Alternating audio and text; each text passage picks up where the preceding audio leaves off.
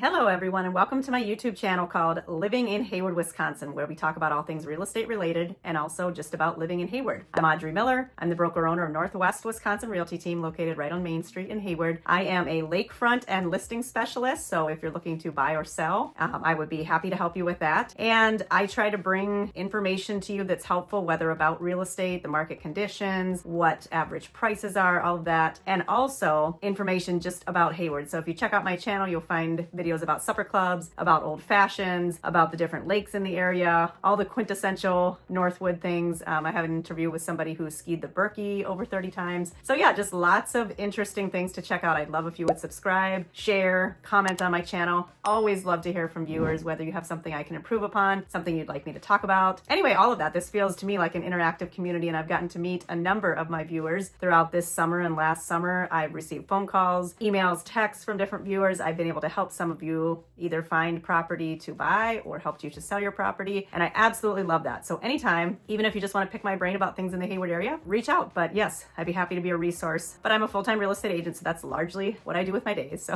anyway, today we're going to do a fourth quarter update, which means that we're going to talk about all of the real estate activity in Sawyer County through the end of September. So we're recapping the first three quarters of 2025 and comparing and contrasting that to 2024 and 2023 to just kind of give you a quick snapshot of the market in the area. This is in all of Sawyer County. Hayward is in Sawyer County, and Sawyer County covers a pretty good area in all directions from Hayward. That's primarily the county I work in, but I also do some work in Washburn County, Bayfield County, and a little bit over in Douglas County once in a while. So hopefully you'll find this helpful, whether you're looking to buy or sell, to give you kind of a pulse on the market in our area.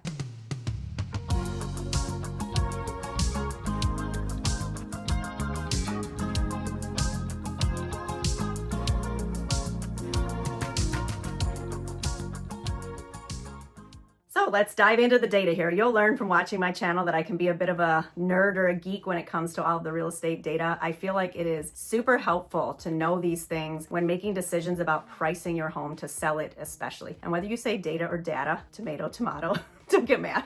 Sometimes I say it one way, sometimes I say it the other. So anyway, we're going to do kind of a big picture snapshot first. And we'll start with average home sale prices. Now this is for everything residential. I also do vacant land, but primarily my business is in residential real estate. So this is on water and off water, all residential properties in Sawyer County sold in 2025 in the first three quarters of the year. So in 2025, our average sale price across the board in the county was $457,000. Sometimes when you hear these prices these days, it kind of makes you go, wow, but this is all across the country. Everybody knows prices went up a lot, and you'll see as we go through this video, they really are not coming down, at least not in the Midwest at this time, and certainly not in our area for the most part. So 2024, that same number was $398,000 average sale price. And in 2023, interestingly enough, we were actually slightly higher at $429,000 average. So year over year from 2024 to 2025, we have a 15% increase. But if you back it up 2 years, we are only up 6% from where we were in 2023. So that's kind of interesting. Since we don't have a huge amount of homes that sell within Sawyer County, and I'll get to that in a little bit, sometimes these numbers can be skewed a tiny bit depending on how many upper end homes sold versus not. But these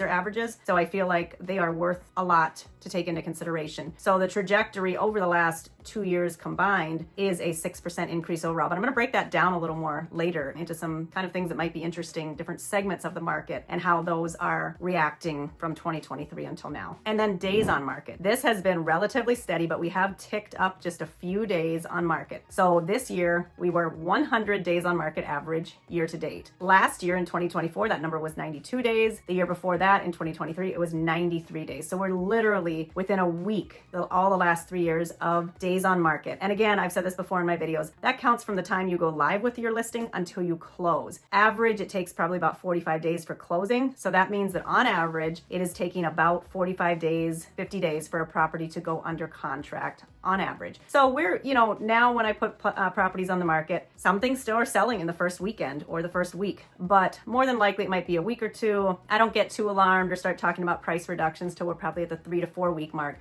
That number used to be 1 to 2 weeks. And part of what's interesting about this too, though, is this only takes into account properties that actually sold. So later in the video, I'll give you some data on properties that haven't sold and how long those are on the market. Obviously, kind of the cream rises to the top in a market where we're shifting a little bit towards the buyer's market. Not a lot, because prices are staying up. That means demand is still high, but there is some shift in days on market increasing and just a few more properties available. So buyers probably have a tiny bit more leverage. I've seen a little more negotiation happening, but not nearly always. I've also been in a lot of multiple offer situations throughout this year. I've had a lot of properties that went over full asking. So you have to really know the market and know what is going to be desirable to a lot of people and to act quickly versus a property that maybe will take a little bit longer to sell. But I've had numerous buyers think that they had more time than they had in 2025 and lose out on a property because they didn't make a decision quickly enough. So I know it's a process. I totally understand. It takes a while to learn exactly what you want, but we're still in a market here in Sawyer County where if you see something you like, you should make a decision as quickly as you can because a lot of properties still are selling pretty quickly. I just had one lately that sold within 12 hours of being on the market. So these things happen. Sometimes it takes, a few weeks. I've had a couple listings lately that maybe took 2 to 3 weeks to go under contract and some just a little bit longer. And then the other kind of snapshot big picture statistic is the number of homes sold. And this is where inventory numbers come in. This to me, I view as a good thing. We have slightly increasing inventory, slightly increasing number of homes sold. So in 2025, in the first 3 quarters, residential properties in Sawyer County that are in our MLS, which is the majority of them, there was 253 homes that sold. That is a 12% increase over 2024. And actually 2024 and 2023 had the exact same number for the first 3 quarters, which was 226 properties. So we have a 12% increase in 2025 in number of homes sold, which also means there's a few more homes out there to purchase, which I think is good because for so long buyers couldn't even hardly get here to view property. And now you're having usually a little bit of time to be able to plan a trip to the area if you're not from the area. Many of our second home buyers do not live here. Obviously, they have a second home elsewhere, a lot of them in the Twin Cities, a lot of you viewers probably from the Twin Cities or other places around the country. So it's kind of nice that the pressure is off a little bit so you can hopefully get here before a property is already scooped up by somebody who was able to get here sooner. And then let's talk a little bit about what is on the market right now that is out there for people to purchase. And this is an interesting one to me, kind of tied together with inventory levels in general. So keep in mind, we're at the time of year, this is before people are typically pulling their properties off the market for winter. So we still kind of have, I would say, full inventory, even though typically there are more on-water properties, especially that are on the market during the summer months than the fall. But we do usually get a little push of people putting their properties on the market in the fall after they've used them for the summer season. So I think this is a pretty accurate picture of the number of listings you would tend to see throughout this year in 2025, even though I'm giving you kind of what's available right now. I'm recording this in the first week of October of 2025. So we have now 165 residential properties in Sawyer County on the market. Now, some of those are under contract, but here's another interesting statistic. So first of all, we are up 24% with the number of homes on the market at this time. Last year at the same time, we had 133 on the market. And here's the other interesting statistic. Right now, only 20% of the properties that are on the market are under contract. Last year, that number was 32% under contract. So not only do we have more homes available, but we also have a lesser percentage in 2025 that are under contract. I think this points a little bit again towards a slight shift towards a buyer's market, still a seller's market in our area for sure, but a slight shift. But you also have to keep in mind the unsold properties are the ones that didn't sell quickly. So typically that's because they are overpriced or they have some other undesirable feature, or maybe they're not staged properly, maybe not good photographs that are out there online, maybe the location is not as optimal. Whatever it is that is causing this property to be slightly less desirable, those are the ones that are hanging on out there and not going under contract as quickly. So the days on market for properties not sold average is 143. So you compare that with the 100-day average of properties that sold. These are a lot of them still not under contract, and the average is 143 days. So some of these are stretching out to 3 to 6 months if they aren't selling within the first 30 to 45 days. Now, if you watched much of my channel before or seen my videos, you'll know that I categorize the lakes in and around the Hayward and Sawyer County areas in terms of tier 1, tier 2, tier 3, tier 4 lakes. And I actually have a series of videos out there about that if you want to check those out. I talk about price points on those different tiers of lakes and kind of what I would classify as tier 1, 2, 3 based upon desirability, price point, how many people are looking on those specific lakes. I mean, we have many, many wonderful lakes, but I still think there is a tier system that applies in our area for sure. So if you heard me talk about the tier 1 lakes, those are Round Lake, Rhinestone Lake, Lac Courte Oreilles Lake and the Chippewa Flowage I kind of call a tier 1A because it's not quite as clear as the other three, maybe slightly less desirable to some people, but then very desirable to others. It's much larger. It has just a very interesting size and shape, different than the others, but it is a flowage, so it has more of that brownish clear water. And actually we've been seeing a little bit of issues with it turning green. There's a kind of a weed issue that has come up in the Chippewa Flowage a little more in the last couple years, which is kind of alarming. I know they're working on it, but it does get a greenish tinge. The water's still clear, but it has a bit of a greenish tinge in late summer and early fall. So anyway, but those are the ones I'm talking about as the tier 1 lakes. And what I've been noticing, and I felt like I was seeing this just from my observations as I go about my daily work, that it seemed like the tier 1 lakes have been least affected by any slight market slowdown. So I kind of wanted to gather the data on that because there's just so many people who only want to be on those 4 lakes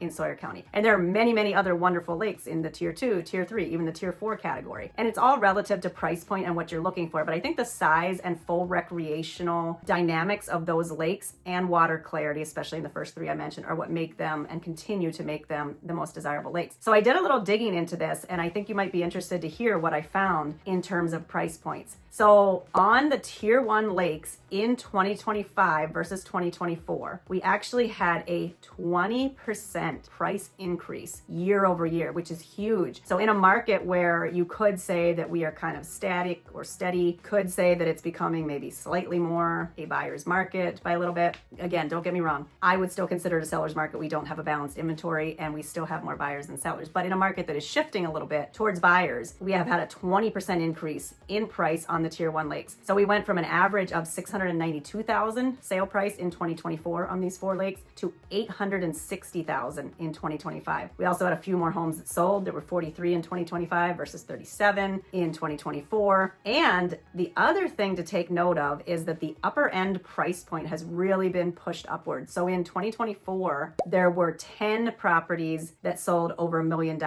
on these lakes. In 2025, there were 20 of them. So we actually doubled the sales in the $1 million+ category. So you can still find, you saw the average there is $860. You can still sometimes find property on these lakes in the $600,000-$700,000 range, but that's basically your starting price point on these tier 1 lakes. Now, if you're in a condo association on one of those lakes, sometimes you can still get in a little bit lower, maybe in the $400 to $500 range, depending on the condo. Maybe it's a 3-season, that kind of thing. So, but that's kind of the overall on the tier 1 lakes. And I was kind of noticing this discrepancy in the overall market in general, off water, other lakes, and then the tier 1 lakes. So when you go to then every other on water property, so this could be lakefront or river, but mostly it'll be lakefront, within Sawyer County, we have a 13% increase in price point. So we went up from $442,000 average in 2024 to right at $500,000 average in 2025. So still an increase. If you're a seller watching this, lakefront property in Sawyer County, as you just heard me say, has continued to rise pretty dramatically. They only make so much of it. There are so many people that want to be here for the many reasons that make Hayward and the Sawyer County areas attractive to people. And so your prices, maybe if you haven't been keeping an eye on the market and you're watching this, you want to get a hold of me and find out what your place may be worth. It could be more than you think. Now, there's also people out there who have watched their neighbor's house sell in the heat of the,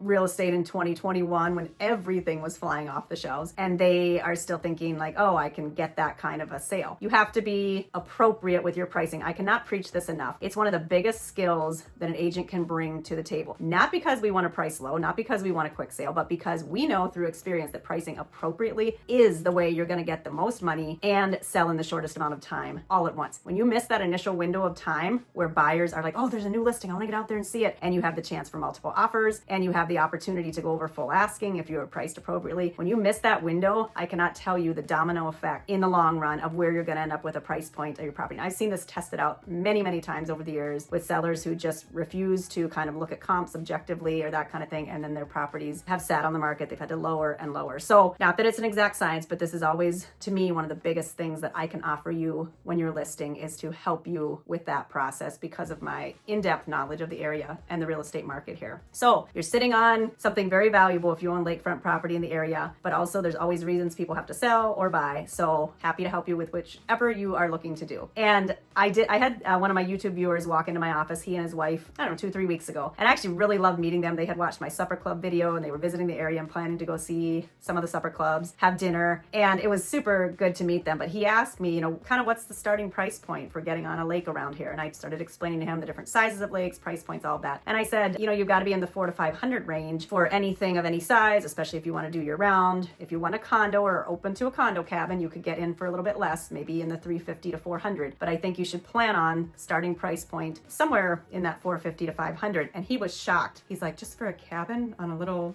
smaller lake, a few hundred acres. I'm like, yes, that's the market we're in. Now, if you're willing to go a little bit further from Hayward, that does help with getting a little more for your money, but then you're a little further from amenities. So it's all kind of a trade-off. We have a lot of options around here, a lot of lakes, a lot of sub areas. So anyway, he, they had to kind of digest that information and figure out where to go from there. But I did start sending them properties that may be of interest and fit their budget. So we'll see what happens with that. And then I also ran the numbers on off-market properties that sold this year to date. And I think this is very interesting as well, because this is the only category that we are actually down in price percentage-wise. So we have had a 9% decrease in off-water property. We went from $287,000 average in 2024 to a $264,000 average sale price in 2025. I think part of this dynamic is that it has gotten really difficult for people who live and work in the Hayward area to afford the homes that are available. Prices have stayed high. I don't think wages have risen for the people who live and work in the area to match the house prices. Now, we do have a lot of off-water second homeowners as well that have little cabins in the woods, and that makes up a segment of the population here for sure. But I think that a lot of the folks, unfortunately, who live and work here have gotten priced out of the current market conditions. And I feel bad about that.